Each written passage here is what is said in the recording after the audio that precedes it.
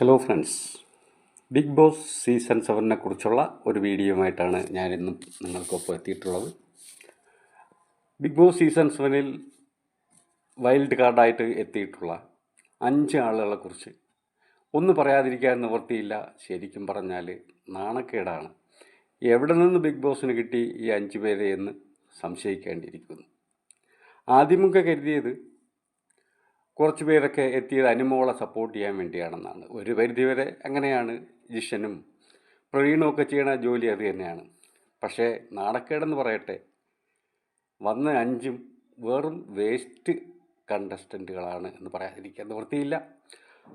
ജിഷനെക്കുറിച്ച് പറയുകയാണെങ്കിൽ വന്ന അന്നു മുതൽ തന്നെ ജിഷൻ ഏതോ മഹാരാജാവിനെ പോലെയാണ് അതിനകത്ത് പെരുമാറിക്കൊണ്ടിരിക്കുന്നത്. ഞാനേതോ കൂടിയ ആളാണ്, ഏതോ വലിയ തറവാടിൽ നിന്ന് വന്ന ആളാണ് എന്നുള്ള മട്ടിലാണ് ജിഷൻ്റെ പെരുമാറ്റമൊക്കെ. സംസാരം അതിൽ കേമം, കേട്ടാൽ തന്നെ കരണക്കുട്ടിക്ക് അടിക്കാൻ തോന്നുന്ന വിധത്തിലുള്ള സംസാരമാണ് ജിഷൻ്റേത്. എന്തിന് ജിഷനെ മാത്രം പറയണം? മറ്റൊരു സാധനമുണ്ടല്ലോ, മസ്താനെക്കുറിച്ച് പറയുകയാണെങ്കിൽ വെറും വെറുപ്പിക്കൽ മാത്രം. എവിടെ നിന്നാണ് കിട്ടിയതെന്ന് ഒരു പിടിയും കിട്ടുന്നില്ല. ഇത്തരത്തിലുള്ള വൈൽഡ് കാർഡുകളെ കൊണ്ടുവന്നത് ബിഗ് ബോസിന് ശരിക്കും നാണക്കേടുണ്ടാക്കുമെന്നുള്ള കാര്യത്തിൽ യാതൊരു സംശയവും വേണ്ട.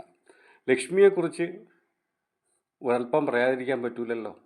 ലക്ഷ്മി ഒരു വലിയ സംഭവമായിട്ടാണ് വന്നിരിക്കുന്നത്. സംസാരമൊക്കെ അച്ചടി ഭാഷയിലാണ്. ആരും എടി പോടി എന്ന് വിളിക്കാൻ പാടില്ല. ഏതോ IT കമ്പനിയുടെ ജോലി പോലെ പേരും ഇനിഷ്യലും ഒക്കെ ചേർത്ത് വേണം ലക്ഷ്മിയെ വിളിക്കാൻ. അല്ലെങ്കിൽ ലക്ഷ്മി അങ്ങോട്ട് ഭദ്രകാളിയാവും. ഇന്നലെ നമ്മൾ കണ്ടതല്ലേ.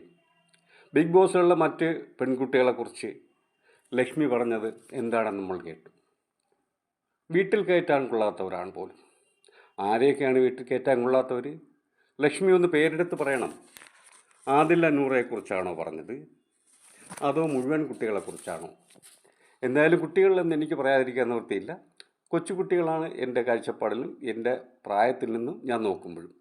അവരെക്കുറിച്ചൊക്കെ ഇത്രയും മോശമായി പറയാൻ ലക്ഷ്മിക്ക് എങ്ങനെ കഴിഞ്ഞു? എന്നിട്ടോ ലക്ഷ്മി പറയുന്ന ഉപദേശമോ ആരും എടി പോടി ആ വാക്കുകളൊന്നും ഉപയോഗിക്കാൻ പാടില്ല.